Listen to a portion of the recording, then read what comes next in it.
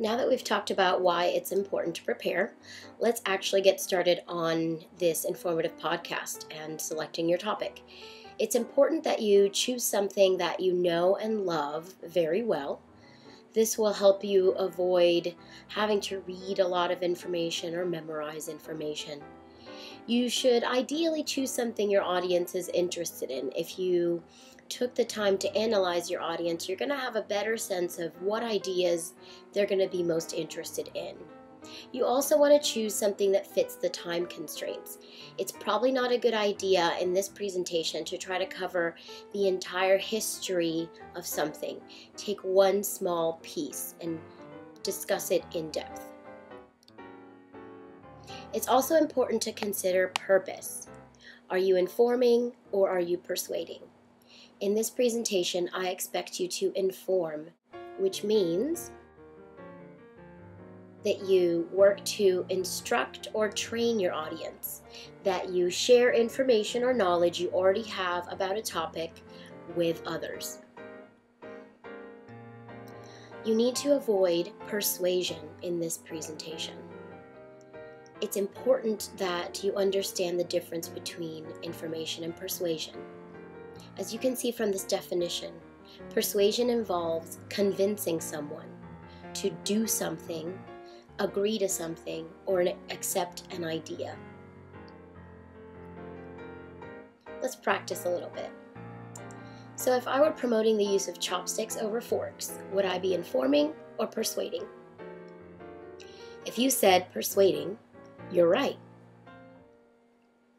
Promoting the use of chopsticks over forks involves me asking the audience to agree to do something they might not already do. If I were showing my audience how to use a set of chopsticks, I would be informing. I would be increasing their knowledge about a subject I already know. Let's say I was discussing how the Beatles recorded the White Album. This would also be informative, because I am increasing my audience's understanding of the topic. If I were trying to convince my audience that the Beatles are the most talented band in rock and roll, I would be persuading them.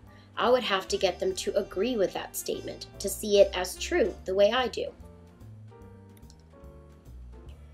Let's say I'm discussing the subject of termites, and I explain that the termites of the world outnumber humans of the world 10 to 1. This would be informative. I am increasing my audience's knowledge of this subject. If I use that information to then persuade my audience not to anger termites lest they band together, I would be persuading. Let's try a few more. Let's say I am discussing the high levels of mercury in contaminated fish and what it is that's causing these high levels of mercury. Would I be informing or persuading? In this case, I would be informing. I would be discussing this topic without bias in an objective way. If I were to take that information and try to persuade my audience to stop dumping waste into the ocean, I would then be focused on persuading my audience. Once I have my purpose on hand, and remember in this case your purpose is to increase your audience's understanding of the subject, you can develop a thesis. Your thesis for this presentation should 1. Explain what topic you will discuss, and 2. Why this information is beneficial to the audience. Once you develop your thesis, you can then choose your main points. In addition to determining what your subject is and why it's important to your audience, you're going to want to then choose the ideas that are going to help you best achieve that purpose. One way to do this is to conduct strong research.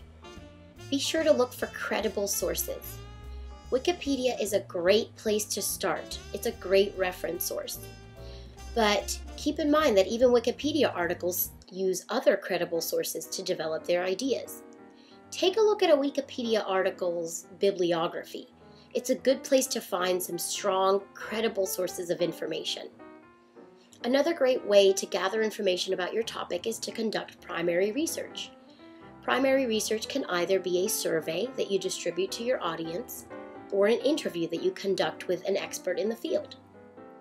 It's important while you're conducting research that you take accurate notes and that you keep track of reference info.